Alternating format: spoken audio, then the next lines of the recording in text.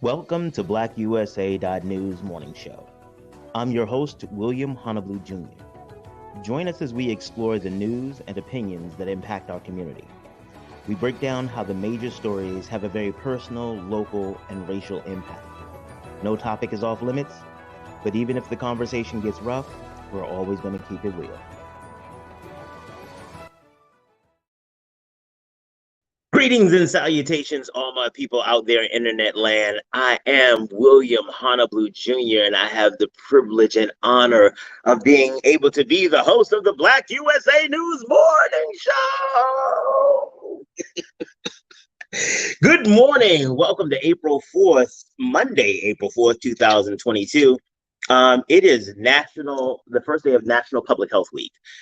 Public health is really, really important, especially for African Americans.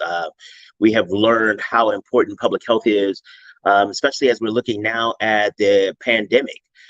We see that public health and people watching and making sure that we have the resources that we need to be safe and successful are important. One of the other things that we need to understand about public health and why we need to support public health is because public health gives us an opportunity, and especially people who are doing public health research, gives us an opportunity to really take a gander at what's happening with Black people. A lot of the research that is out about Black people and the impact of things like racism came through the public health system. There was an entire movement where they did research to really identify the type of stress and the disproportionate impacts that racism has had on Black people's health, and it's had an impact. It has changed some of the narrative, and so it is important that we support public health, and we do the things that are necessary to keep us safe. One of them is washing our hands. It is so amazing about how worldwide, how important it is to wash hands and how many people don't do it. Some of the diseases that have wiped out large quantities of people, some of them could have been remediated if people washed their hands. In the midst of COVID, make sure that you are social distancing when appropriate, that you are using hand sanitizer, that you are disinfecting the things that you get from outside. These are the types of things that you can do to really help support public health in our community, because if we don't, who is? I mean, real talk, who's going to help us out when we got public health issues? Nobody. Well, no, we got some good allies that do try to help, but they can't do it alone. And honestly, we can't put the responsibility on them to do it. It is our responsibility to take care of our community. It is our responsibility to engage. So make sure that you go out and get to know a little bit more about public health. Infectious diseases get tracked all over the United States so that people know what's going on. There are also people who are was it last week we had Stacey Dennis on, who was a disease intervention specialist. What that means is that when somebody, let's say if I have, well, she did with sexually transmitted infection. So let's say she finds that I have a sexually transmitted infection. Part of the conversation that she and my medical provider are going to have is, who are my sexual partners? And guess what? Stacey Dennis and people like her, they go into the community and they talk to my partners about their risks and making sure that they get tested. And if they're positive for anything, that they get the treatment that they want. So again, public health is incredibly important. And I want to make sure that we're doing our part to support it. All right. You all know how it goes. Big shout out to the super producer, Kyle Crazy Horse Morgan, for holding me down. He is really put together some really wonderful stuff for you guys. We have some great news stories that we're going to talk about this month that he's been out looking for and finding, and some incredible guests, especially talking about education. So what I'm telling y'all, it's going to be amazing, because that's just what we do. And also a big shout out to Brandy Raymar, our assistant producer, who does an amazing job of keeping us focused and really providing like a level of support that you don't necessarily get everywhere. So it is amazing when you have a team behind you who just really helps and digs in to make sure that we have the quality show that you deserve. See, what else did I want to tell you all about? Oh, this weekend. Black USA News had an all hands meeting. We met with all of the hosts of all the other shows, and it changed everything that we were going to do today. So because I realized that we need to make sure that everybody who watches our show also knows what else is going on with Black USA News. We have 7 day a week programming, 7 day a week. 1, 2, 3, 4, 5, 6, 7. 7. And our programming ranges the entire gamut from shows about business, from variety shows like the morning show, but also to shows about faith, about cryptocurrency, about all of these things, community issues, about dating, relationships from a male perspective and a female perspective. Like it's so much going on. I figured that we'll take some time and introduce you all to the other hosts of Black USA News. So that's what we're going to do today. And you all are in for a great treat. And I talked about Zaria from Zaria's Closet a few weeks ago during our month of Black women. But guess what? Zaria and her sister, they have a show on Black USA News. And I got to sit in with them on their first show this weekend. So I got clips from that. Joey Noble, Street Services with Joey Noble. That is a really deep show where Joey digs deep into exploring faith and what it looks like at the street level. Because a lot of times when we talk about churches and we talk about places of worship, we focus on traditional places, especially the mega churches. And so Joey talks a little bit about that in the clip I'm going to show you today. So you'll be able to check him out. Also, we have the cannabis councilman, Martin Mitchell. He not only is Martin, he's new to the show, new to Black USA News, but not only is he new to Black USA News and has been doing amazing work, bringing quality content on the weekends about politics, he's also going to be heading up or leading some of the new content on one of our sister networks, the Prince Georgian. So it's Be More News and Black USA News. But guess what? BeMoreNews.com and Black USA News. But guess what? Soon there's going to be the Prince Georgian as well. We are doing amazing things. And like I keep telling y'all, I know dope people and I work for a dope network. And, we're going to have a little bit, just a brief snippet from the Don himself, Donnie Glover. Big ups to Donnie. Donnie's always doing the damn thing. So if you haven't caught his show normally comes on before mine, 9 a.m. on Monday through Friday. And if you can't catch him, go ahead out and check us out on our Facebook, LinkedIn, Twitter, and YouTube channel so you can catch some of what has been happening. Woo! Let's see. Oh, a couple of other things that are going on. On the 19th and the 26th of this month, Black USA News is hosting a nonprofit series of workshops. So we're going to cover one on nonprofit startups. There's also going to be another one. I'm trying to remember the title of the other one. Oh, grant writing under 50,000. And I think we're also negotiating to have one on program design so you can learn how to build your own networks, how to build your nonprofit. So look out for that. We'll put a link to those in the description so you all can catch up with that. Because there's a lot of work that's going on out here. And I don't think there are enough of our nonprofit organizations not only getting attention for the work that they're doing, but getting the funding that they deserve and the funding they can use to really take their work to the next level. Also, there will be a link in the description for you to win free tickets to any of the events that we're doing. You'll see that. Just click the link and it might be in the description, but it may be in the comments. I'm sorry. It'll probably be in the comments. Take a look at it and click it so that you can win free tickets to what we're doing. Also, make sure that you like and subscribe. That builds the channel. It makes sure that people know and the algorithms know that we're doing quality work and that you all like it. And when you like and subscribe, it also makes sure that we can get in contact with you and you can get information from us when there are new shows and things like that. So I'm gonna go ahead and jump all the way in it because let's start with the faith. Let's start with some spirituality. We're gonna start with Street Services with Joey Noble. So like I said, Joey is a street prophet. Joey understands the spirit and he preaches the word. And one of the things he told us on Saturday is that he was very concerned that many of the religious leaders that the brothers and sisters in the streets and really in the struggle, they didn't have people to look up to. A lot of the icons of Christianity are men and women who have not done the right thing and have really push people to the point where they don't feel comfortable with the word of Christ anymore.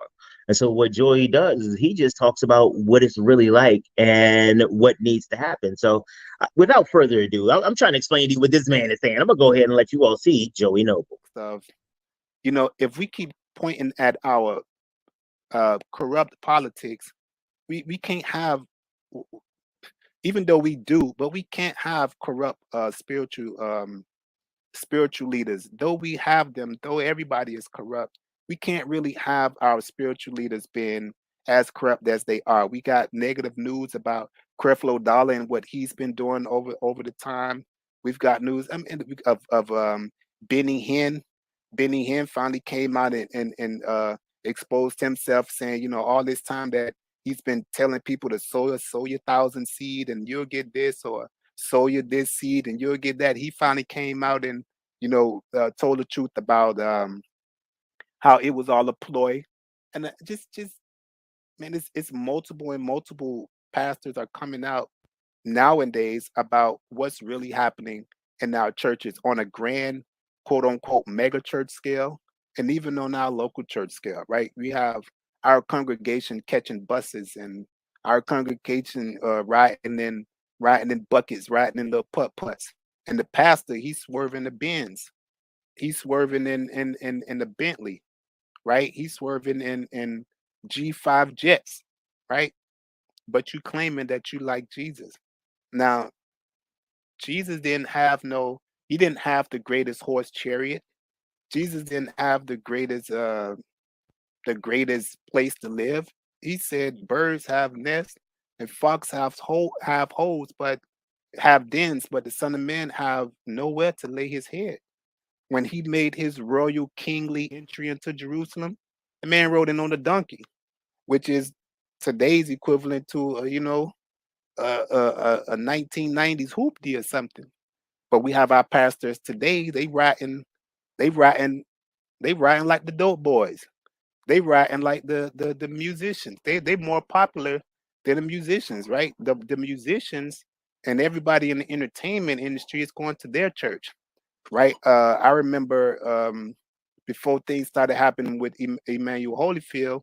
Holyfield had a front seat at Creflo Dollar Church. Him and his mom had two front seats right at the front of the church. This was when he lived in College Park. Right now, they don't stay there because Rick Ross has brought that house. But before, I guess, he ran into financial trouble, he was front and center. I've seen Emmett Smith front and center at TD Jakes Church, the Potter's House in Dallas. So a lot of our entertainment and a lot of our influences are in these churches. They are back in these churches, right? And our people are following the influencers. So if I see an influencer at this church, 9 times out of 10, I'm gonna follow this church. We can't have the corruption that we're having in our churches. We can't have the corruption in our spiritual and our places of worship that we have in our places of business and our places of work.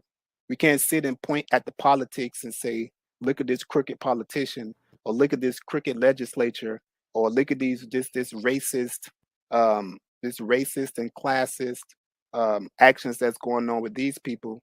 And then we go to the church and we screaming, holy, holy, holy. We can't do that. So when the person asks me, how can hip hop be a part of Christianity when Christianity is so corrupt? Basically, they were telling me that this is why the church is corrupt, because they have open arms wide to people like Kanye West. They have open arms wide to people like Justin Bieber. They have open arms wide to a lot of these quote unquote mega entertainers that we see doing one thing at their concert, but then they saying they're Christian, right? Like everybody that says they're Christian isn't a follower of Christ. See, those are two different things, right? everything or everyone that says they're a Christian doesn't necessarily mean that they're a follower of Christ. Now, one of my biggest points that I make is, if you are a follower of Christ, then you know Christ has said, I am the life and I am the way. Like, I am the way, right? The only way to get in, you want your ticket, you got to come through me. You cannot get to the Father unless you go through the Son. You understand? There is no other way around it. Yet, you got people like Oprah that's saying, I'm a Christian. Okay, you're a Christian. But Oprah believes and will openly state that there are multiple ways to be saved. Oprah would tell you there are multiple ways that you can be saved. You don't necessarily have to go through Jesus. Also, the KKK. The KKK is a religious organization. The KKK is a religious organization, right? Protestant, forget the exact denomination that they are, but their symbol is the cross. Even though it's a burning cross, their symbol is a cross. So not everybody that's claiming to be Christians are actually followers of Christ. And that's what I try to explain to the person who came to me with this question, is that just because you see people praising God in their own way, right? That's the kind of stuff that I'm talking about that we do on Black USA News. Not afraid to keep it real, not afraid to talk about things that are actually happening and impacting the Black community. Our spirituality has been a huge part of who we are as a people. Whether we are Christian, whether we are Muslim, whether we practice hoodoo, whether we're Jewish, doesn't matter. That has been a large part of our identity and that connection to the earth. And so it's wonderful that, and by the way, he's not the only one. We have Sister Smith. I'm going to bring all of them to you later. When I tell you Black USA News is blowing up, we are doing amazing things right now. Amazing. So speaking of all the amazing things that we're doing, let me make sure that you all understand that we take politics really seriously. We recognize that a lot of the progress that Black people have made have come in the form of our politics. We've used the judiciary, we've used the legislature, we've used the executive branch, all to try to move the agenda of Black progress and Black equality along the way. And so we have the cannabis councilman, Martin Mitchell. Martin, we call him the cannabis councilman because he is a staunch advocate for the benefits of cannabis. Also, not just the benefits of cannabis and medicinal, recreational, and economic, but he also takes a look at cannabis from a justice perspective. He really pushes the envelope because one of the big things he talks about in the show regularly is that while people have been able to, drugs may be free. I mean, marijuana may be legal now in many cases. There are a lot of brothers and sisters who are locked up because they sold or used. So he wants to make sure that not only are we making it equitable now, but we address some of the inequality that has happened in the past. And so I'm going to give you a snippet of a conversation he had with Judge Katie O'Malley as she's making her run for public office. That is being presented, and hopefully this session, it will go through and become part of the referendum, because, I talked to Mayor Scott, who I think is doing a really great job in Baltimore City, and we've sat down and talked about crime and ways to approach, saving people's lives in our city from gun violence. And one of the major things he and I both agreed on is that so many people are losing their lives over the illegal sale of marijuana.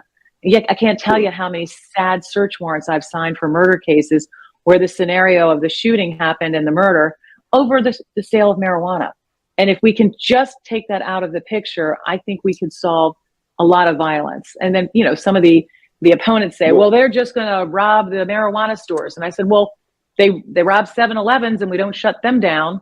People get No, robbed and so you can't use that as an excuse. That's a fear tactic. That's a fear Right. tactic in a sense. And I'll be fair with you. I'm a cannabis advocate. So I'm happy to see, cannabis bills move forward, especially the referendum, letting the people decide. But I will say that, I'm not happy with 837 because, I did have amendments for the bill. I was favorable with amendments. A lot of those amendments still are still not being taken into consideration because I think even thinking of one of it was the possession, which was an ounce and a half, right? That's a lot of marijuana. Sure, but yeah. but I can take 2 ounces on a vacation for personal use. Right. Does that mean I'm distributing? No, but Martin, that's just one point. Well, I can tell you right now that wouldn't even be charged in Baltimore City, but more than likely because it's not happening as a charge in Baltimore City. But that's a phase-in period so that we can allow for the referendum. As I understood the bill, that's not going to be the permanent part of the bill. Once it's passed, it's passed. I do understand that. But my problem is I feel like we have to get it right in the forefront and not and like the thought is like there's some components of the bill that in which we like, right? And there's some components of the bill in which we don't like. I think that 2 plants is not a lot. Especially from like a medical perspective, right? From a medical perspective, 2 plants is definitely not a lot. So, but what is the civil, because it's not criminalized, the 1.5 ounces would be a civil penalty of like $100, something like that. It doesn't, it's still decriminalized. And, marijuana has been decriminalized. And so it wouldn't allow any arrest. So you could have, 5 ounces, and that's still not going to be an arrest and unless at all. I think it moved to a misdemeanor. Like that, from my understanding.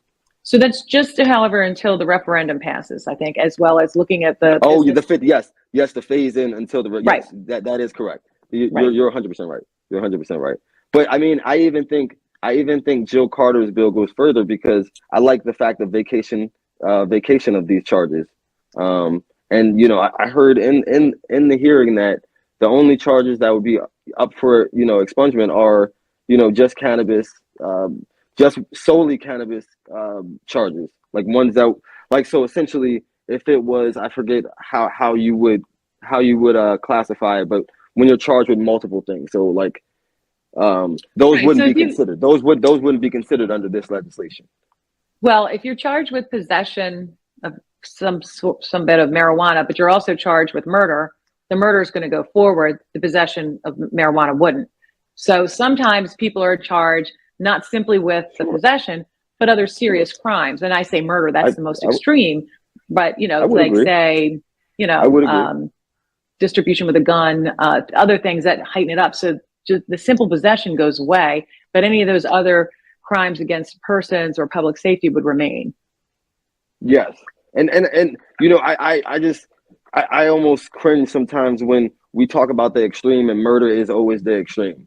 Right. So like, even my conversations with, State's Attorney Scott Schellenberger, like a lot of times, I told him he only mentioned a few different crimes, in an hours long conversation. And the reason he mentioned those crimes is because it was a tactic to, make people more fearful and to think like, okay, yes, we do need to be, strong on law enforcement and, strong for the police. You kind of understand where I'm going there. You definitely. Yeah, I mean, I think he's.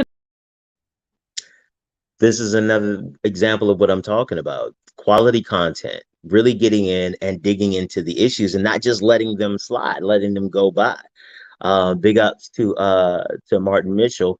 But not only does he talk to elected officials about kind of policy and legislation and different things that need to be done, he also talks to practitioners and experts to make sure that people have the best information about, not just the best, but accurate information about cannabis. Here's a clip of that. We'll say there's some people who might not know who you are, right? So I think you have to tell them, what you do and, how amazing you are. I think you just gotta let them know. So you're such a flatterer. I appreciate you. I am a physician, one of the 90% of physicians in the United States that is not taught about cannabis. I wasn't taught about cannabis not because it does not have thousands of medicinal values for people across the world, but because of the systemic racism that occurred in the 30s in the United States because of the so-called war on drugs.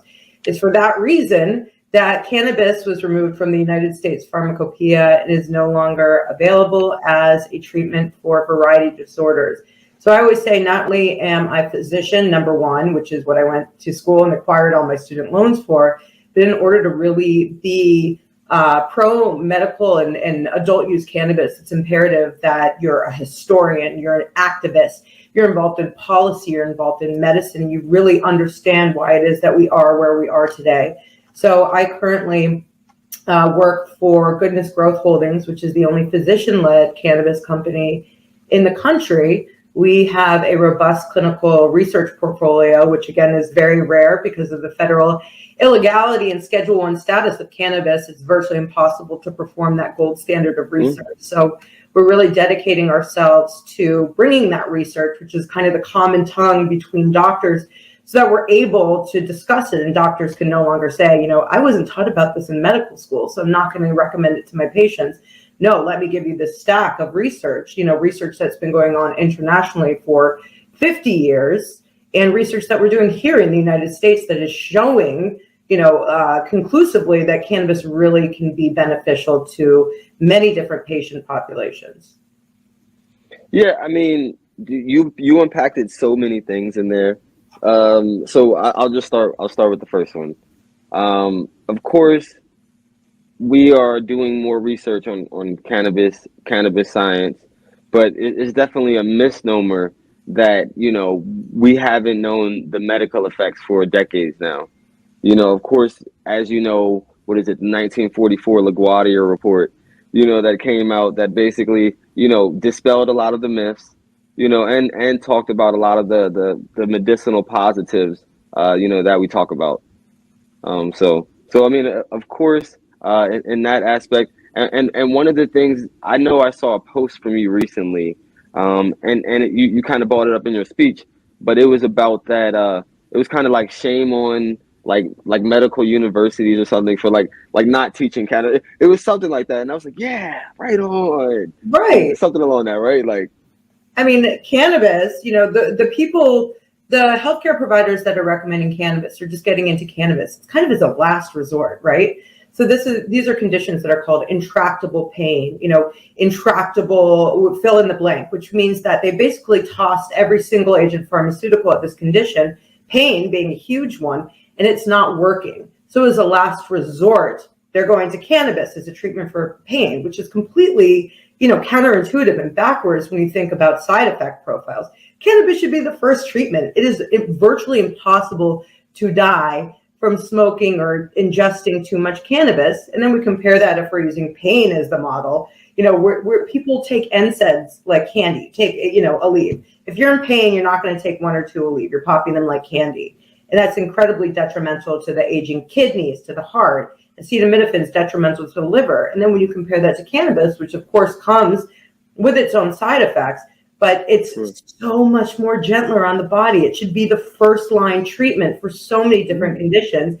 And because we don't have that education, we don't have that research, doctors are, unfamiliar with the plant and therefore don't want to give it to their patients. They still have this horrible stereotype of people that are using cannabis, right? It's this hippie with a tie-dyed shirt, it's a criminal, and it's unacceptable. It's 2022. We're in the midst of an opioid crisis.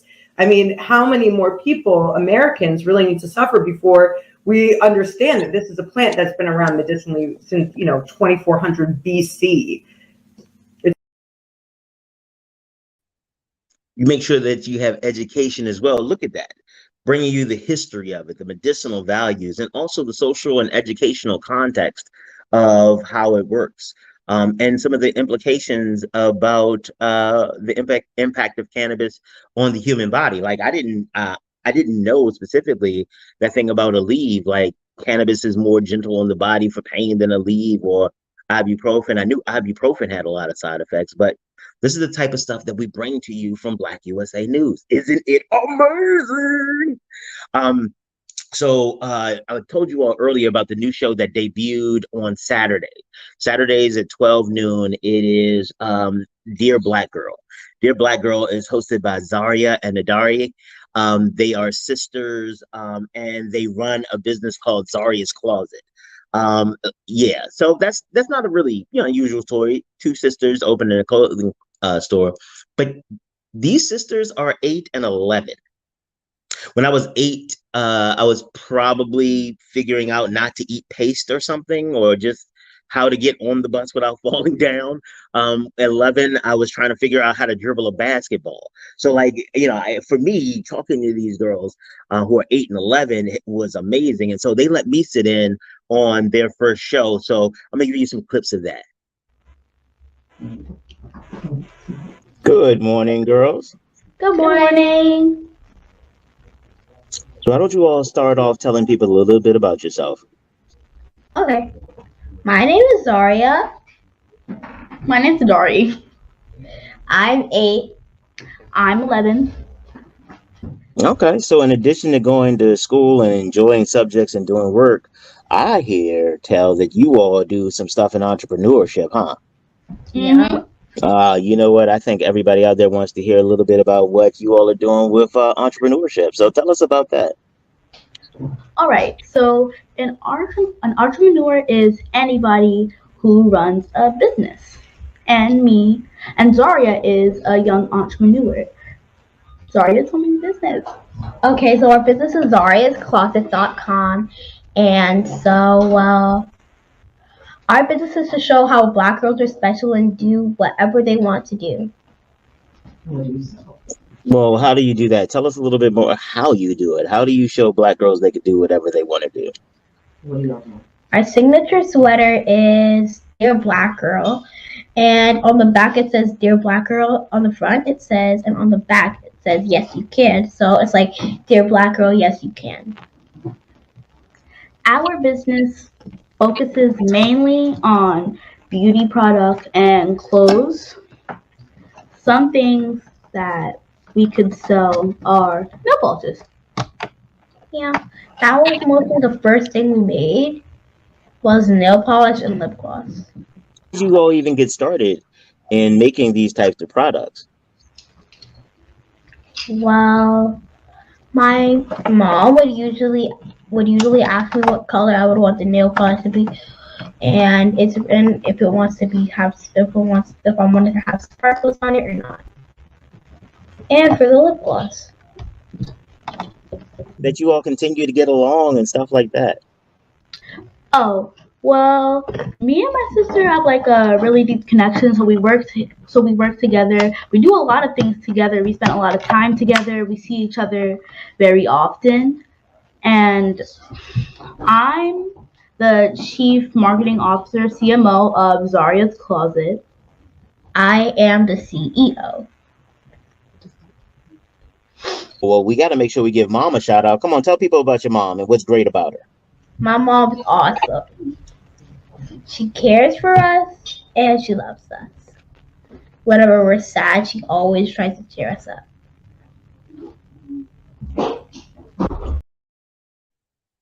And so that's where they started.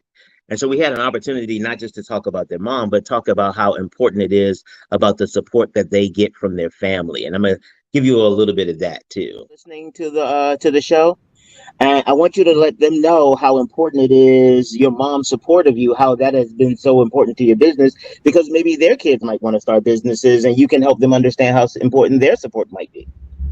Well, my mom gives us confidence to do what we're doing right now. Oh, that's really cool. How does she do that? Well, she would tell us that we could do anything we wanted to and that we have superpowers of being awesome. Oh, that's really, really cool. That is so cool. So, if I remember from your interview with Miss Tasmir, you all said that you also had other, did you all have other family members that also help with your business? Yes. All right, tell us about them. Because it sounds like it's a family effort. It's a group thing. Oh, yeah. Our family, we rely heavily on our family. Our family is like part of our biggest supporters. They supported us trying to like start our business. They're part of like the base of our business, helping to like bring our business up and give us more opportunities. Yes. Oh, that's awesome. That is so cool. So we'll shout out your family members. We want people to know how important, they often say it takes a village to raise a child. But it sounds like your whole family is involved in helping you all raise and start your business. So let's give your family members a shout out. We want people to know how important this is. Okay. Shout out to our parents and our aunts. And name them. Come on, stop playing with me. You got to tell these people who they are. Okay. Zara, you start with your side of the family, then I start with mine. All right. So we have Kiona Nicole Donaldson, my mother. Yeah. I just say your mom. My mom, you said you work with. So we have been passionate about supporting Black girls, our beauty, our hair, our skin, our melanin, and we're really proud of that. So we express that through our business. Our clothes have encouraging messages towards who we are, our culture, and how we appreciate ourselves. So you can show some of your stuff. Okay. Yeah, absolutely. You gotta show some of this stuff. I see why you got the marketing thing. Okay, go ahead. This is my backpack. I wear it to school all the time. Uh-huh. Wow. What is it called? That's really cool. That is really cool. It has Black Girl. It has Black Girl Magic on the front. And this is one of our pouches that we had. It says Dear Black Girl on it. Uh-huh. Put the back down. That's okay. We see it good enough, but you know what else we're gonna do? What we're gonna do is we in the comments after the show is over, we're gonna go ahead and put some stuff in there. We also have a suitcase. Yeah. Whoa, look at that. Very cool kid suitcase. Yes. You should totally buy it. Yeah, totally. Well, I like it too. I mean, I'm not even a Black girl. I think that's fine. Oh, y'all getting much love in the comments. Okay. Your Black Girl sees some world on it. Oh, so you all are out here advocating for Black girls to get international experience like you all. Yep. Also, I don't know. Well, you obviously can't see. I can see myself in the camera, but I'm also wearing a Dear Black Girl hoodie right now. Oh. It reads Black girls are magical. I'm sorry if you can't see it. My bad. No, that's cool. No, I see it. That is awesome. So take a look at that. Look at all of that Black girl magic all over the place. And then they got into a lot more detail about the business and things like that. It was an amazing interview. Let me share a little bit about that with you too.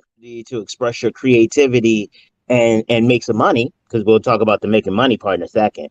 But in addition to that, it sounds like this is really part of how you have fun. Mm-hmm. Huh. Okay, so entrepreneurship is fun for you guys. Yeah. What makes it fun? Well, it makes it fun it's fun because it's showing how Black girls are magical and everything just like us, and we always have fun making products. Okay. I find the effort that we put into it fun. I mean, like just driving around, going to advertise our business. I find it fun. I find like going to different places, advertising our business, talking about our business to other people. I think it's fun, and I kind of like the effort that we put into our business.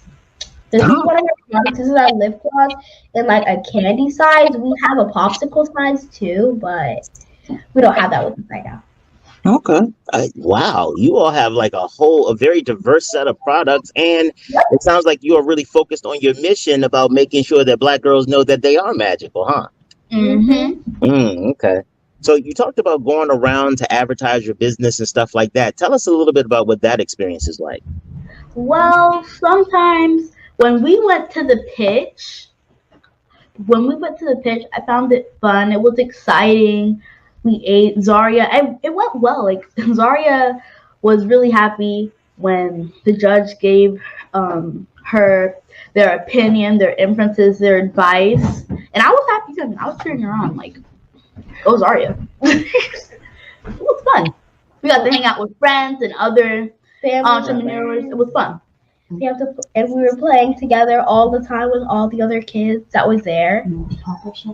Wow. So entrepreneurship is, see, it's wonderful to hear you all talk about that, because again, I know a lot of adults who weren't necessarily able to find that type of fun in it and develop their business that way. That is amazing that you all have been able to find that. So tell us a little bit more about, like, where, how much, who is your target market? How much should they be prepared to spend, or how much does the average person spend when they come and work with your business or buy something from you?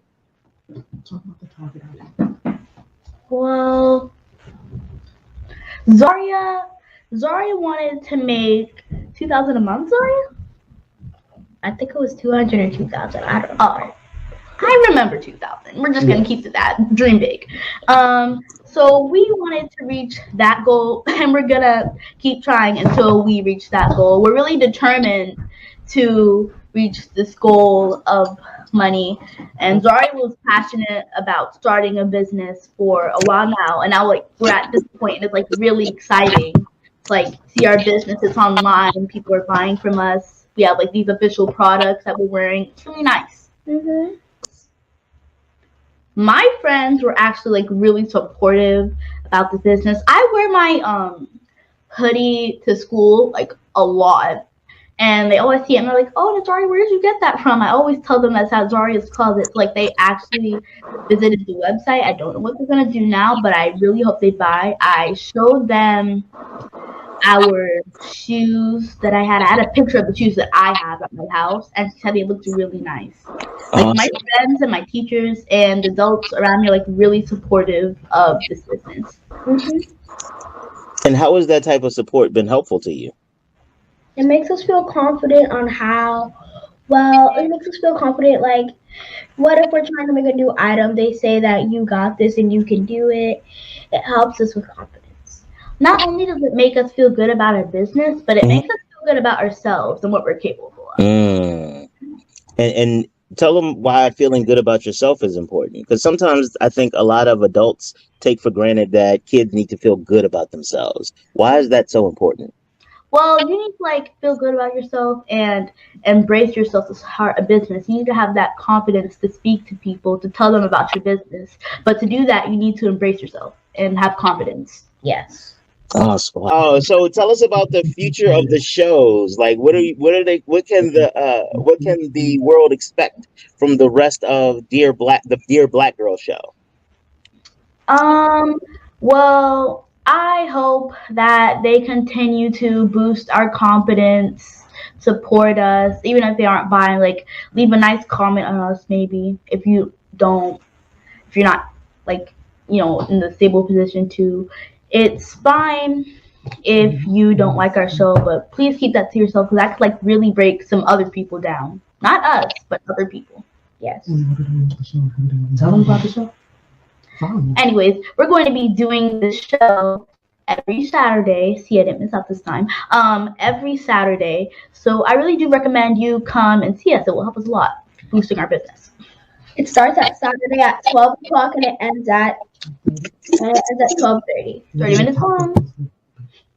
The topic of our show is to boost how Black girls are special in everything. Anyway, in the future, we'll be talking about different topics about our business, about life, about school and stuff like that, sports and traveling. So, yeah. Oh, so this is going to be a really great journey for us to get to know more about you guys. Also, off topic, I'm going to bake my mom a cake for her birthday. Awesome. I am so excited about tuning in. Hey, make sure you let them know about liking and subscribing to the channels and stuff like that, so they can check you out and get reminders. Set up notifications. Set up anything. You can set up a calendar and maybe like a reminder on your phone or something like that.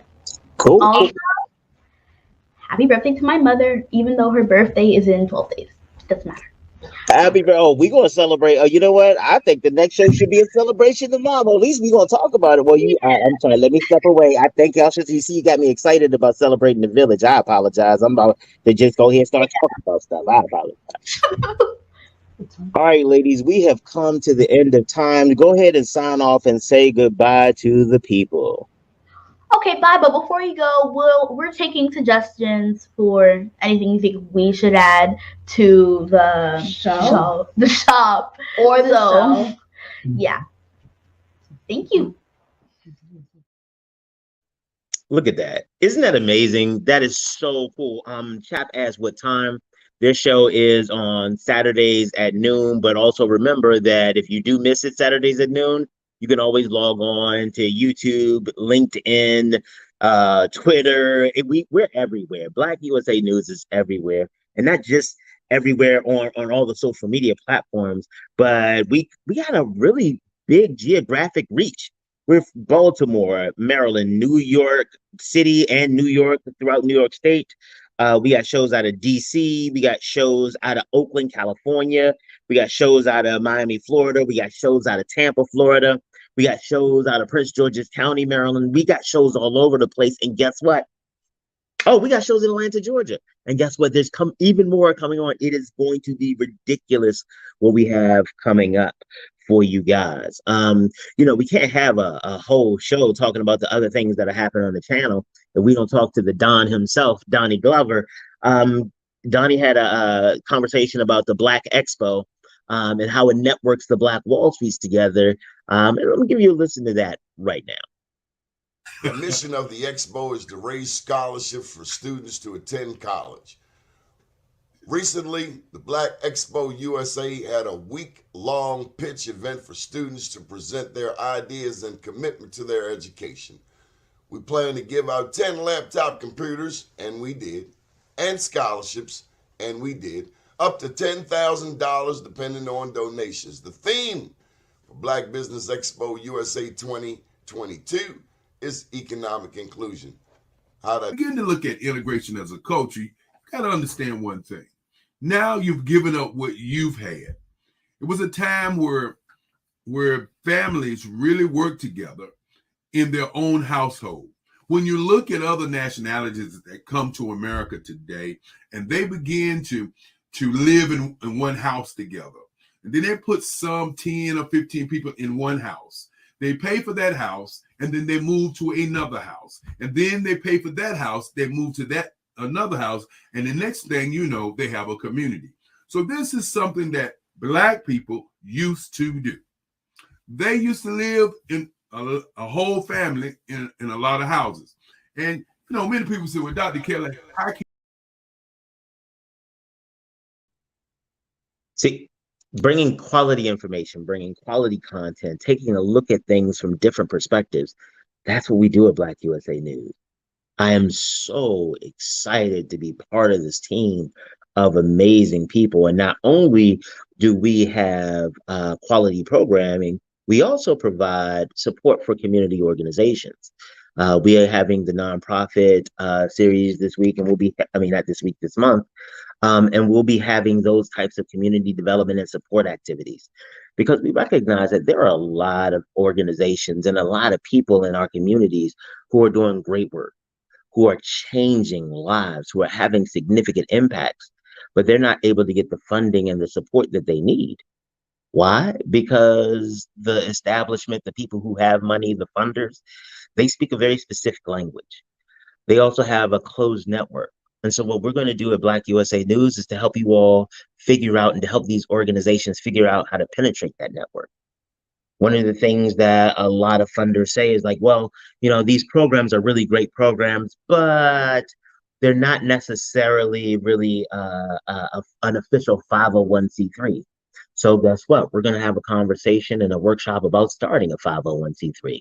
What does that take? How do you do that? Then it is one of the questions, or one of the things funders say is that, well, people don't really write grants well, and they don't know how to write. So guess what we're going to do? We're doing a workshop to show you how to write a grant and how to write it right, or how to write it correctly, I should say. because we understand we're going to take all of those excuses off the table. They're not going to be able to say that we're not prepared anymore. They're going to have to either step into their racism, their misogyny, their misogynoir, or whatever it is, or we're going to participate in life. We're going to participate in business. We're going to get the money because guess what? These organizations are making sure our communities survive. If you look at the numbers for a lot of disinvested Black communities, the numbers don't make sense about how people survive in those communities. Think about it. If rent in your neighborhood or rent in some of these communities is $700 a month, and the average income in some of these communities is $18,000 a year for a family of 3 or 4, yeah, something doesn't really play out well with those numbers. The way people survive is because there are these wonderful individuals in our communities who have taken up the mantle when government has fallen. Some of these are churches, some of these are community advocates, some of these are just good people who buy food and donate it, good people who go out under bridges on Saturdays and hand out food to people. That these people, they need to have the infrastructure necessary so they can tell their story, get the funding that they need so that they can support the communities that they've been supporting. That is incredibly important, and we have an opportunity to do it. And in addition, we are also making sure that we provide access to people who may not be able to. After the show, we're going to have a link in the comments so that you can win free tickets to the workshops. Yeah, we don't just talk the talk, we walk the walk. Tickets are $25. The How to Start a Nonprofit is on the 19th of April, and How to Write Grants Under 50K. That's on the 26th, and you'll be able to get through those links from BlackUSA.news, and we're going to drop them in the comments as well. Like I said, tickets are normally $25, but you can win free tickets, and just go into the comments and you'll see the link, and you'll be able to fill it out and potentially win some tickets to attend. Another thing that we're doing, we're very interested in supporting community organizations, and not just through these nonprofit workshops and the like, but also about highlighting some of the good work that organizations are doing. One of the organizations that we're really happy to partner with right now is Breadcoin. Breadcoin is a piece of currency that's created that helps individuals who are food insecure or who are experiencing food insecurity. The way it works is that there are restaurants who agree to participate as part of the Breadcoin network.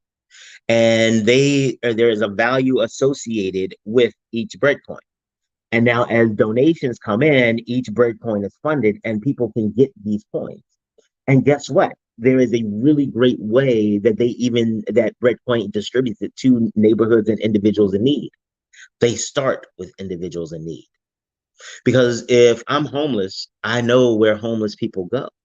And so what they've been able to do is partner with people who are either staunch advocates or really have experience with the community or are living the experience of the community or have lived. And they are able to make sure that the Breadcoin gets to those who need. And the other great thing about Breadcoin, because it's like, well, what's the difference about just, instead of just giving tickets to people so they can go in, or, free meals or soup kitchens.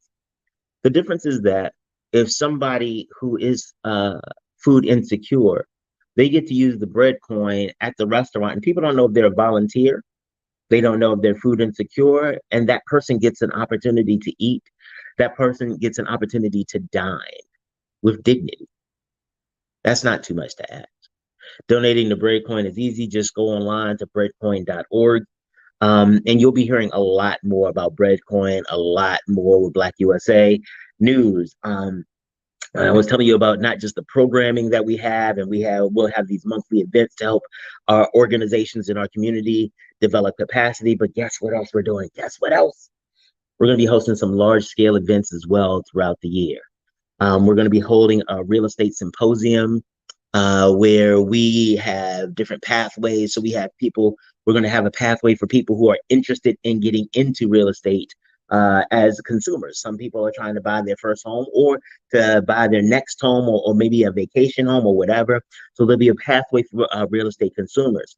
Then there'll be a pathway for professionals in real estate, people who are real estate investors, people who want to be real estate agents or are real estate agents, real estate marketing companies, inspectors. So there'll be a pathway about how to develop business and how to navigate the real estate space, organizations and resources that can be accessed. And then there'll be another track, and that'll be for real estate developers. That'll have more, that content will be more high level, talking with lawyers about how to do development deals and funders about how to structure those and how to identify construction agencies and things like that. So that's a thing. Like we are doing it big. We're also going to have a conference on hunger, where we're going to partner with Breadcoin and some of the restaurants and some of the other advocates, and we're going to make sure that we stand up and we speak out about hunger. We make sure that we utilize our platform so that people know all of these great programs that are addressing food insecurity nationwide. We need to share the information. There are some programs, and we need to figure out, how do we link us all together? How do we come together so that we can share resources and make sure that the community has the things and the food that it needs? We're also going to have a business summit. When I tell you we are doing such amazing things at BlackUSA.news, we really are. And we want you to be a part of it. Please make sure that you hit us up, sound off in the comments, visit our page. Let us know if you let us know if there's something we need to change, because we can't be a voice. We're just a platform without you, just us talking into the wind. Let us know what it is that you want to see, what it is that you need, or things that we are doing well. Let us know that as well, so that we can continue to do it and really have a positive impact on the communities that we serve. Oh, you know what? There is another show that I also wanted to highlight. Don't have a clip from her show yet because I'm not going to be disrespectful. We have a show called Hablando con Janet. Janet Arce is a Spanish-speaking woman who has a show totally in Spanish, and you can check her out. Her show is, oh wow, that just escaped me. Social Sunday. I am so sorry, Janet. So you know what's really sad too? Oh, it's Saturday. It's Saturday at 9. Okay.